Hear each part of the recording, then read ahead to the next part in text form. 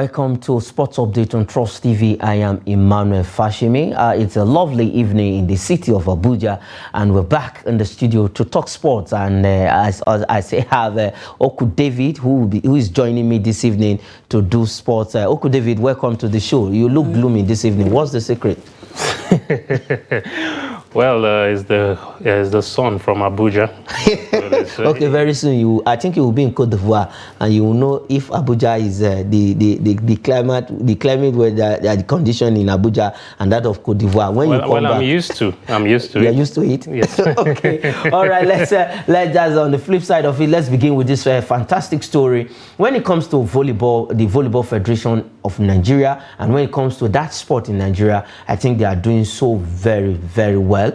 Going out for competition, winning games, and planning their program for the year. And this is the first assignment for the year for that federation and for their players. And quickly, let's look at this particular story where Coach Ajayi, that is the coach of the senior women's volleyball national team of Nigeria, has actually released 12 names that will be participating in the African Games, that is 2024 African Games qualifier, that's for volleyball sports. And now 12 names was released by Coach Ajayi. And let's quickly look at the list before Oku David will react to it. We have Sharon Achi, we have Aliyah Usman, we have Ijoma Ukpabe, who is the team captain. It's not Ukpab, it's Ukpabe, I beg your pardon, it was a mix up there. We have Miriam Ibrahim, we have Mirabel Onyegu, we have Happy Wushilang, we have Blessing Unekwe, we have Deborah Chuku, we have Ifunaya Udiagbala, we have Kelechi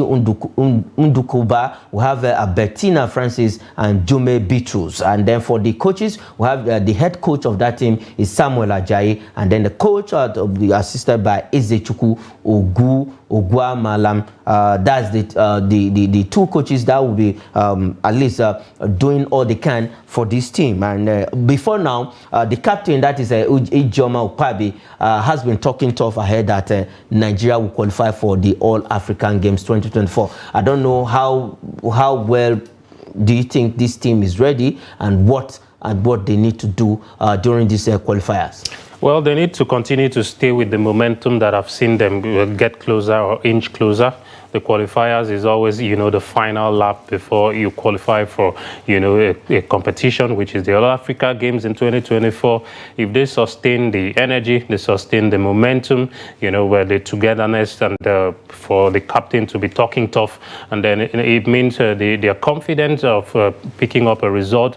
So we keep fingers crossed and wish them the very best as they negotiate the qualifiers, which is not going to be easy by any stretch of imagination. Okay, which is not going to be easy by any stretch of imagination. The qualifiers will be starting on I think the second week of this month. That is when the qualifiers will be starting, and we'll look forward to our own women's volleyball team to get that All African Games ticket when the qualifiers actually start. And you can also still see it on the screen. We have Achi, Sharon Usman, Aliyah, Ukpabe Joma, the name Ukpabe Joma, the captain Ibrahim Miriam Onyegu, Mirabel, and Wushilang Happy. I think that name is from the middle belt. That is I think Plateau State. Unekwe Blessing, Chuku Deborah, Udiagbala Funaya, Udukoba Kelechi Francis, Albertina, and Bitrus Jumai. Head coach Samuel Ajayi, and to be assisted, the second coach is Ezechuku Ogua Malam. We wish them all the best when the qualifier starts for the All African Games. Let's not forget that this same team won the Anoka Zone 3 in Togo, Lomé, just last year. Okay, let's leave that story and talk about the round leader game. Now let's come back home properly and look at the MPFL, where the organizers have rescheduled some games concerning involving Rivers United and Enyimba. For Enyimba, their match they 10 against Plateau United, which was initially scheduled to be played, as in Plateau United against Rivers United, I beg your pardon, for which was originally scheduled for 25th of November, will now be played on the 10th of January 2024. And that of Katsina United against Enyimba, which was supposed to be played on the 6th of December 2023, will now be played on the 17th. Now coming in from our MPFL organizers, and there's this story that when the AFCON is ongoing, we will be playing our league. Well, it's a good one. We need to continue. You cannot stop. You need to continue in what you are doing. You need to also look at the fact that not a lot of the players are very interested in the AFCON. Interested in the sense that not many of them have been invited. I think just one player, coming from the local league. Reasons for rescheduling, obviously, Rivers United involved in continental, events, and Eyimba themselves too. Earlier on, they were involved in continental events. Eyimba have blown hot and cold this season in the MPFL. Yes, you can understand the old guard is no longer there and there's been a change of hands. So sometimes it may take a little bit of a while for people coming in to acclimatize to the situation, which may rub off on the performance of the team on the field of play. Eyimba sometimes this season have been unrecognizable, but we understand that, that they will pick up. Not just the one step forward and two step backwards, that they can be consistent, because they've shown it over time that they can remain consistent. Let's not forget they are still the MPFL, the champions. Okay. Now, I'm worried. Now, over the years, we've been seeing home-based players playing their trade in the MPFL, at least two, three, and the regular starter in the Super Eagles. Is it that this time around, it's only Ojo, Olonreleke of Enyimba, that is good enough to be in the squad for Super Eagles squad for AFCON? Well, everything is not white and black or plain, in that sense. So we need to look at it from the angle of what do they want, those who have made the call-ups. And that's the organizing body, the Nigeria Football Federation. Even the coach has had his own, say and judgment. The scouts in and around him, have looked at players. We cannot say they've not seen players. We cannot say they've not looked at players. But, on the overall, these players may have been taken, and then there's a bit of comparison with those who ply their trade outside, and they may feel, okay, this will serve us better. If they believe that this will serve them better than the home-based players, then good for them for what they've done. We can only trust at this point in time. I don't need to be drawn on whether there are many or much NPFL players or how many there are in the team. What I am, looking at is the focus of the team that have been called up. We don't need to be drawn into that. They've made this decision and they've made the decision. It means these players, they believe that they cannot give them what they want, and they've gone for this other one. So we respect that decision, and let's go into the AFCON and see what brings. But that doesn't mean that the players in the local league are not good enough. It doesn't mean by any stretch or by any means. It doesn't mean that. It only means that you are not good enough. Well, let me draw parallels now. For every this thing that has been rejected, if it, by NAFDAC, let me put it that way, that have rejected, you think it's not good enough. Sometimes you might not just meet the required standard, and that's it. Okay. What you are saying, let's look at it this way. That means some of our local home-based players who play their trade in MPFL are not Super Eagles standard, is what you're saying. Okay, let's look at 2013 squad. We have a certain Sondoba who plays for Rangers International of Enugu, and he got the only goal in the final. And Sondoba was very, very instrumental to that team in 2013. Now, let's go back 1994. We also have home-based players in the squad. In 1980, the likes of Segun Odegbami and co. They were playing in Stationary FC of Nigeria, Julius Berger, Babros, and the rest of them. But they still needed exposure, and that's why the president back then, Shehu Shagari, sent them to Brazil on a tour. On a tour, but they are playing here in Nigeria. But that's a fast back you've done. Players or yesteryear or back in the day, we had a functioning league. We had a league where, people could convey themselves from the, west and down to the south, or from the west and down, to the north quite easily. We had a lot of, merchandise these clubs could, help themselves with. We had sponsorship, corporate sponsorship. But now, bring it back down here. What do we have? It's a struggle, between how government is going to fund, because government have a lot of funding of these clubs. And then how many of those clubs, are being owned by individuals? Just a handful. And then the players in there. Yes, I told you the players are good. I didn't say they are not. They are good enough. But you might just get to that position, in life where something better is chosen ahead of you. And that's what Jose Pesiro and the NFF has gone for. I am not saying that there's no player in the NPFL that could have, come into the team. I think about 4 or 5, I did mention some time ago.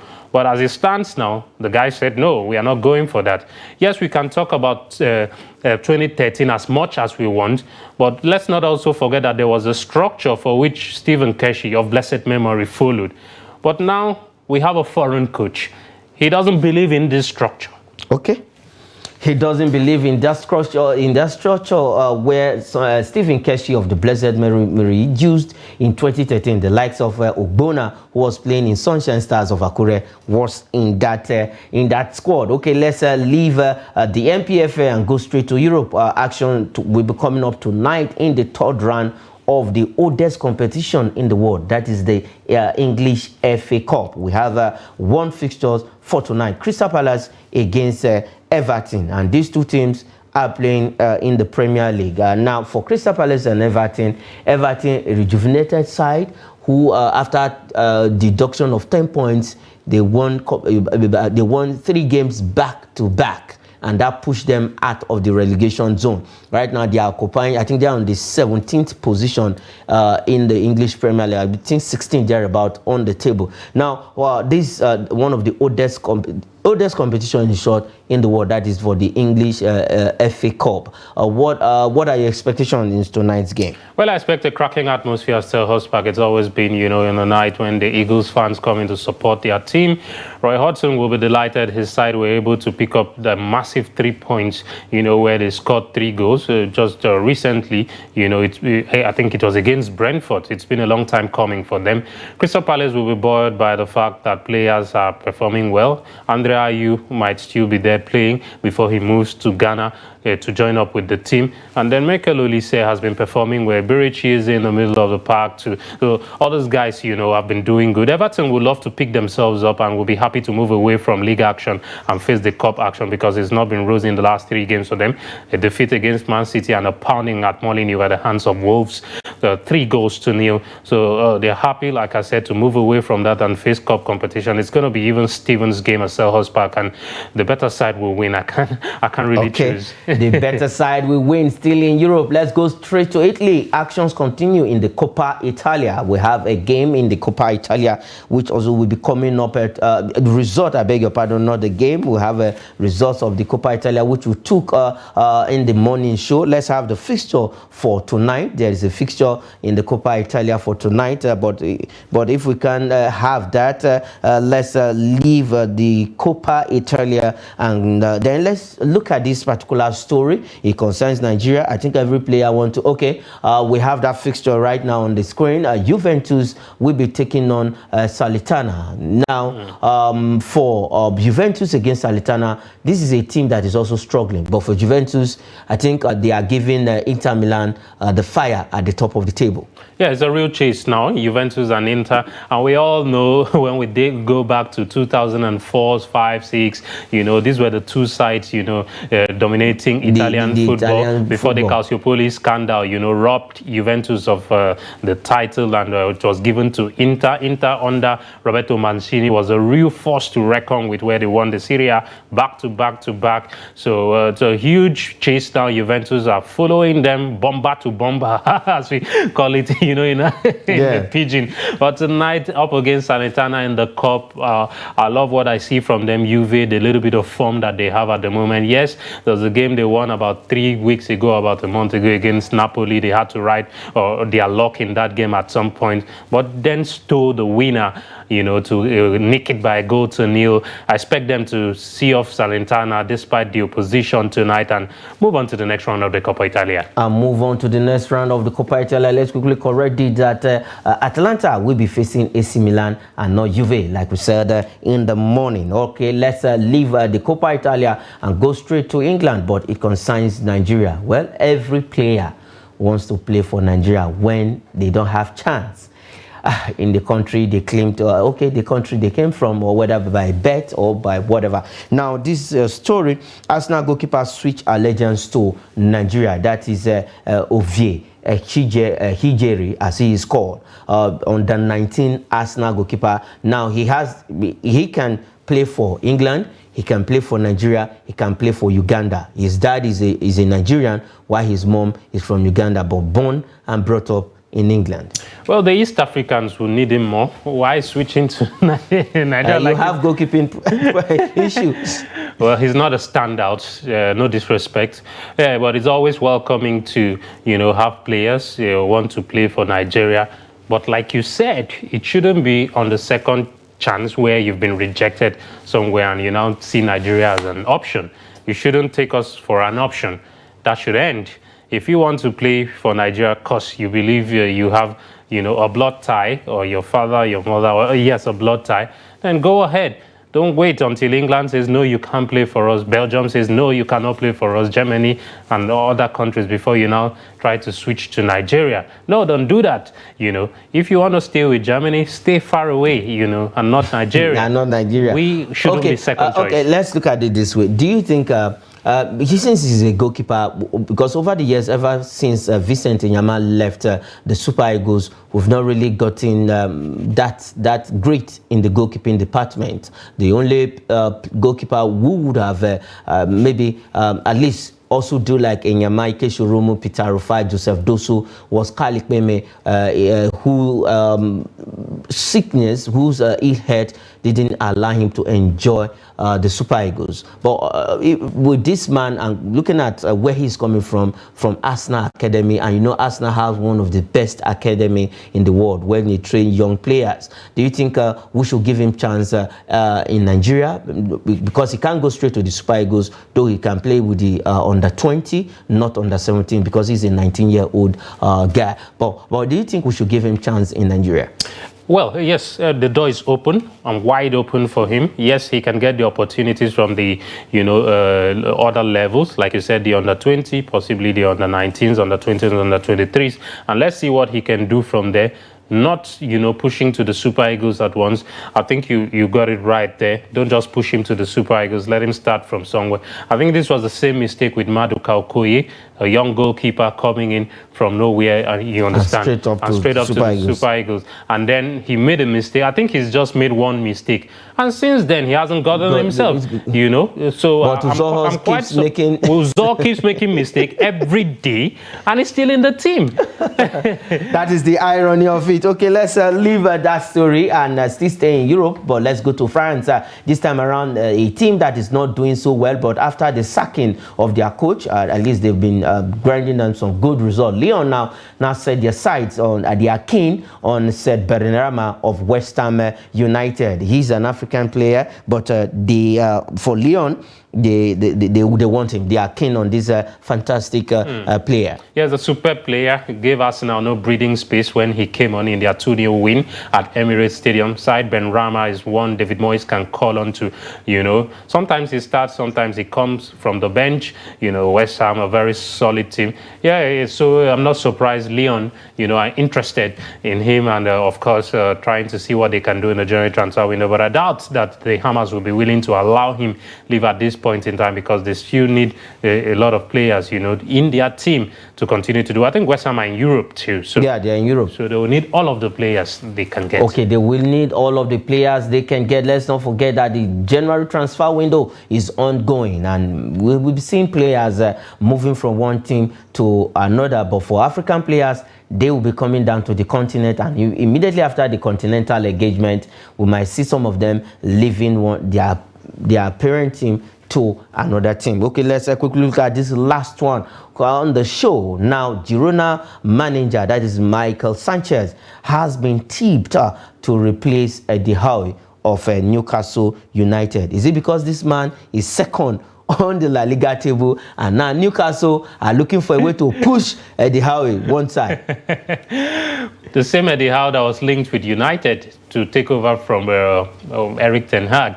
You need to be patient in the football business, though I know the patience line is very thin these days. A man who is second with Girona, yes, is doing marvelously well with the Catalan club, and punching above their weights. But the Premier League is a different kettle of fish, and with Newcastle, with the investments and all is different.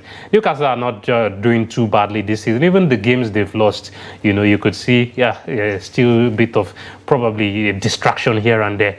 But it's a good side, a very solid side. The games they have played with the big teams this season have showcased that they are a solid side. They were able to beat United. Against Man City, they lost, I think, by just a little margin, or it was a draw. And then they beat Arsenal this season. Don't forget that. Liverpool, it was a close defeat against Newcastle. So I believe he should be given more time, to remain at the club and turn things around. Okay, and turn things around for Michel Sanchez.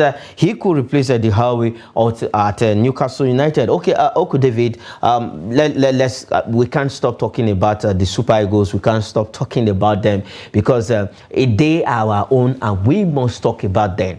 As we speak right now, after their first training session, like I said, and on the morning show, the time zone is different from ours. But looking at the whole preparation for the Super Eagles, has the NFF, now let's look at the NFF, has it done enough for the Super Eagles? Because if we're going to look at it, I will still say this on the show, most Nigerians are not satisfied with Jose Pizarro. A lot of persons have called for the sack of Jose Pizarro, and the minister has to come in. A lot of talks at the end of the meeting with him, the minister, NFF executive members, and Jose Pizarro. He came out and said Nigeria. He wants to win the AFCON with Nigeria. That is with the Super Eagles. Do you think the NFF has done enough to this thing? Well, nobody can do enough in life, first and foremost. The NFF can do what they can. I'm a big critic of the Football Federation with the anyhowness of how they approach football. I'm a big critic of them, but with the case of Pizarro, you saw the minister coming in to intervene, and they may have looked at the options of letting him go at that time and say, okay, we cannot afford to let this man go. We believe that this man is still the man to take us forward. We believe that he can turn things around, with more games. The win ratio is not good enough. Jose Pizarro should know that. He knows that. If I get a chance, I'm going to talk to him, privately. When we do talk, when we meet in Abidjan, he needs to turn things around. In my opinion, from where I stand, I don't see a particular playing style that we have. Are we a defensive unit that sits back and hits on the brick? Do we dominate play? How do we play? In the number of games I've watched, Jose Pizarro has taken over. I still cannot, figure out, his formation, his style, what we are all about. So I'm thinking maybe he's just hiding it from us, and during the Nations Cup, he's going to unleash it. And so let's look to see what it happens. I've been waiting. I go talk past that one. Let's see what he's going to bring. Maybe it's just hiding a little bit from Nigerians, choking them. Say, okay, I'm living the best for the last. Okay, I'm leaving the best for the last. And before we go, David, you said sometime by this time next week you will be in Côte d'Ivoire. We hope you meet with Jose Pizarro and convey our message. Yes, of course. Hopefully. All right, that is why we leave it on Sport Update this evening. David, thanks for coming back this evening to join me. Always a pleasure to be here. All right, I am Emmanuel Fashemi saying thanks for watching.